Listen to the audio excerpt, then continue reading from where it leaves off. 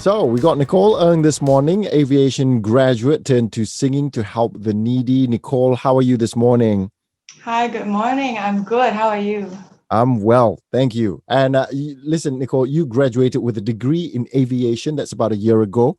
Tell us about what you studied at university and the career path you had envisioned for yourself before COVID-19. It was very disruptive, this whole COVID thing. Yes, definitely. Okay, so I did a degree in aviation management. A lot of people ask me what I study, and when I say aviation management, they're like, "Oh, what's that?" And then I have to go through the whole thing. So basically, it's everything. It touches a bit of everything related to the aviation industry. Or So it's a except bit of flying in business. a plane. No? Except flying, yeah, that's right. Yeah, so everything else except flying. Yeah. Um, so yeah, I envisioned myself having like definitely a career in aviation. When I started the course, I enjoyed it, but by the end of it, I was like so in love with the industry. So I was really hoping to, pursue a career in the industry. And also, at the end of last year, right before I graduated, I was the first student in this Asia Pacific region to be awarded the International Aviation Women's Association scholarship.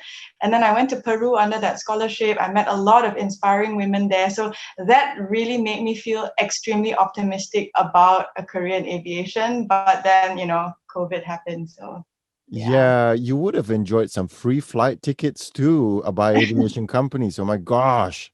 Well, that's just Yeah, me. that's That's a bit how I of a look at bummer. it. Say again? That's a bit of a bummer, but yeah. All right. Now you did actually manage to secure a part-time job at an aviation company. What was it like working there during the pandemic, given the fact that the industry has been so crippled? Yeah, it definitely, I think the aviation industry would have been one of the hardest hit industries because of this. Borders are closed, people aren't flying. But I was very thankful that in my department, in this company, we were actually, I felt like even more active during the MCO when we were all working from home. I felt like we were more active then because we were trying to move our operations to more virtual ways of doing our business. So in my department, which is a marketing department, we had to do a bit of extra work. So it was good that I had quite a bit of stuff to do during the MCO. Yeah. All right, but you also have another talent that you worked on as well while you were working there, which is which is music. Now, what made you decide to start focusing, like really focusing on music? And was it feeling unfulfilled at work due to the slowdown in the of the industry, or what is it? Okay. Um, I definitely wouldn't say the slowdown because we had a lot of things to do during the MCO, but because we were all stuck at home, and I've always wanted to record something. So since we were all stuck at home, I thought might as well use the time to do something. And I had the recording equipment for quite a few years now, but I've never really used it. I don't think I've used it as much as I have in the last few months, because we've just been at home.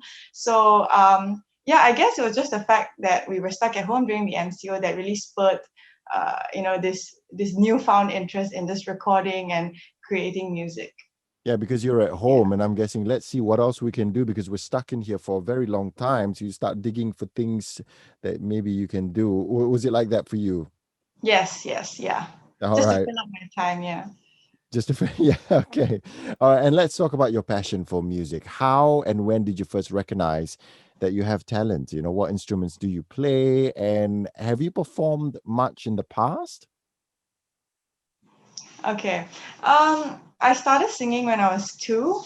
The first song that I learned, my parents say, is Eternal Flame. So that was my first, yeah, I really liked that song when I was a little kid. And then I just started jamming with my family. So we all enjoy music. We all enjoy playing music. None of us are professionals, but we just play for fun. And I play the piano, guitar, drums, violin, the ukulele, just all for Wow. fun. Yeah, we Wow. just all jam at home. So that's, I guess, where I got this love for music just from home. And yeah, I have performed, but not a lot. I wouldn't say I performed a lot, but before this, I did some gigs in cafes, bars, and hotels. But when I left for my studies, I kind of put a hold on all that. So I haven't performed in about 2, 3 years now. Okay, and Yeah. I'm starting to feel like I'm speaking to the next Kobe Calais, the next Natalie Taylor right now. Is that where your hopes and dreams are heading towards now? um, to be honest, in the past year, I'm sure a lot of us would agree that things have been so uncertain, and we don't really have control over how things are going to turn out. So, as cliche as it sounds, I guess yes, I would love a career in music, but I would also love a career in aviation. So it really depends where things take me. I'm just going to go with the flow, looking at how uncertain things are lately. Yeah, which is the best time to explore opportunities as well, because at the moment we are hoping this pandemic is really, really temporary. In the meantime, I guess you're just going to do everything and see what comes after this. And tell us about this EP you released, a mini album. What inspired it, and what can listeners expect from it? Hmm. I don't know what inspired it. I guess it was just sitting at home and being like, I've always wanted to record something. Why not do it now? So then, I got together a few friends who are extremely helpful, extremely talented, and they helped me put this together. The songs are all Christmas songs. And one of it is an original that I actually wrote when I was 16, but then I kind of forgot about it. And right before we started, on this little project, I was going through my iTunes because I was trying to free up space on my laptop, and I was just looking at every nook and cranny where I could delete stuff. And then I saw this voice recording, a really brief one of me singing this, and I'm like, hey, I forgot about this, and I really liked it. When I wrote it years ago.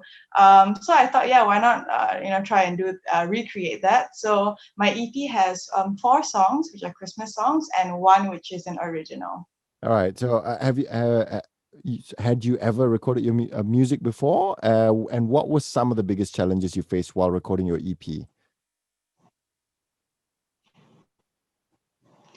I've never recorded my music professionally, and at home it's all just for fun, just covers that I put on Facebook. So I wouldn't say I've properly recorded anything. Um, yeah, the biggest challenge, first of all, is obviously the MCO and then the CMCO, and all these things just kept coming and going. We thought things were getting better. I could meet up with my band and practice, and then the CMCO came back, and then it was just so many interruptions during the whole process. So that is one of the challenges. And another challenge would be the noise. So I was recording it from my bedroom, and my upstairs neighbor is doing some renovation work, which they Oh have been doing for a man. few months. Yeah. So I had to record in between, like all this drilling and hammering, and sometimes I would be so close to the end of the song, and I'm like, okay, this take is the one, and then they would start like, and like, oh no, and I had to do it, like re-record it. So that was a couple of the challenges. And also, I was afraid that I was singing too loudly. Some parts of the song I'm like belting. I'm trying to belt, trying to hit the notes, and I know that I'm very loud because my mom tells me that I'm very loud. Okay. So I was just worried that the neighbors might complain that I was making noise. So yeah. Well, I don't know. Neighbors might complain about you, but you could have complained about the upstairs neighbor doing some renovations while you're recording as well, And you decided to channel proceeds from the sales of your EP to helping the Orang Asli community in Mantin, Negeri Sembilan. What made you choose this particular cause? Have you already started to see the impact? And have you already started to see the impact of your contributions? Okay, so to date we have collected about 6,000 around there, but I have not. So it will be all like a lump sum donation. We will be buying provisions and school bags, things like that. So that has not the collection of funds has not ended yet. So I've not seen any impact yet because we have not bought the things. We've not given the community the money yet. Why I chose this cause was I feel like oftentimes the needs of the indigenous people, not just in Malaysia, but everywhere else, they're often overlooked.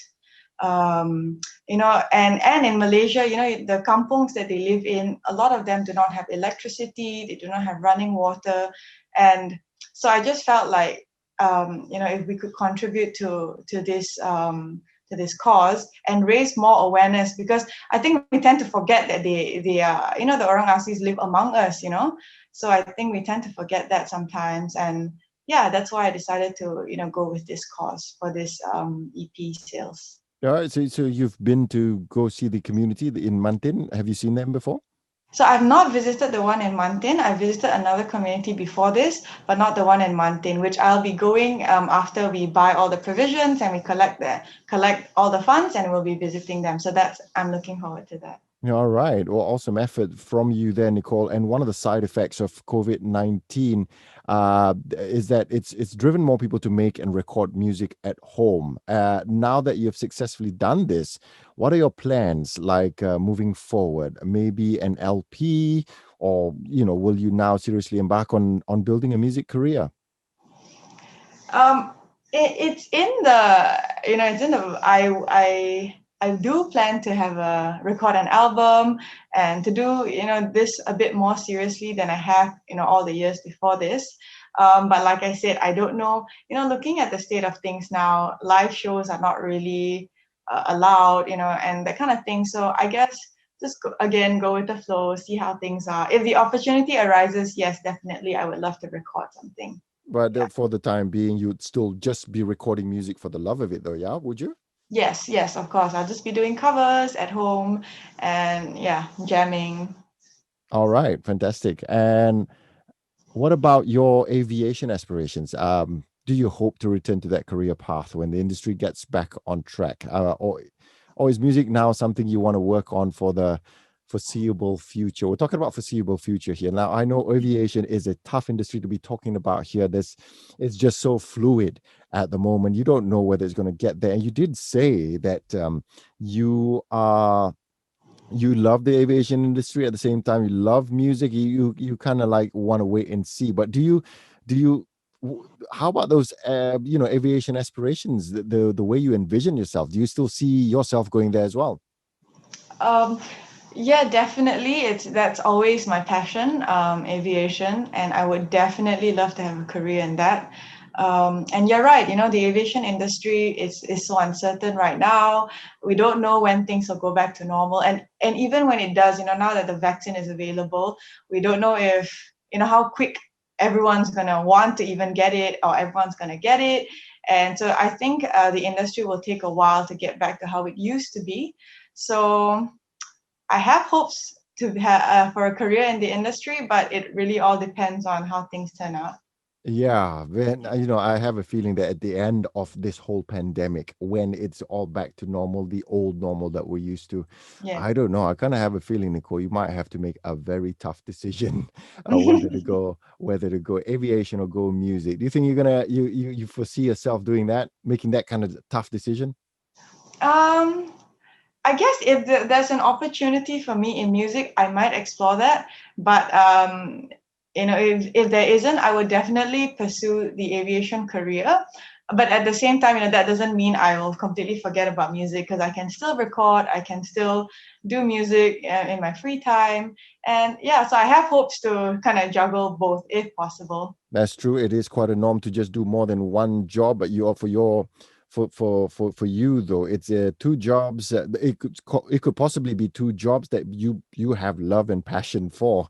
And what's your advice to those who might be stuck in a rut due to the pandemic and are thinking of trying something out but have yet to make the leap? I mean, how would you encourage someone to use this time to nurture their other interests and talents? I would say definitely just go for it. Go with your gut feeling, because I always believe that if there's something I want to do, and if I do it and I fail, or it doesn't go as planned, at least I tried, and that's always a better feeling than regretting the fact that I should have tried but I did not. At least try. So yeah, I would definitely say go for it and just try. Even if it doesn't turn out the way you want it to be, at least you tried. Yeah. Yeah, well, definitely. Like I said before, since if you're stuck at home, there's not much to do. Might as well you dig up whatever you can dig up in that store, or while clearing things up. That's how you discovered wanting to do, well, not wanting. That's how you started doing your music as well, just clearing up the iTunes storage. You start Yes. clearing storage, you start seeing opportunities. That's how I'd like to see it. Yeah. Nicole, thank you so much for being with us this morning. Thank Uh, you for having me. no worries. And I wish you all the best in your future endeavors, either in aviation or music. Hope you find something eventually that's solid for you. Thank you so much.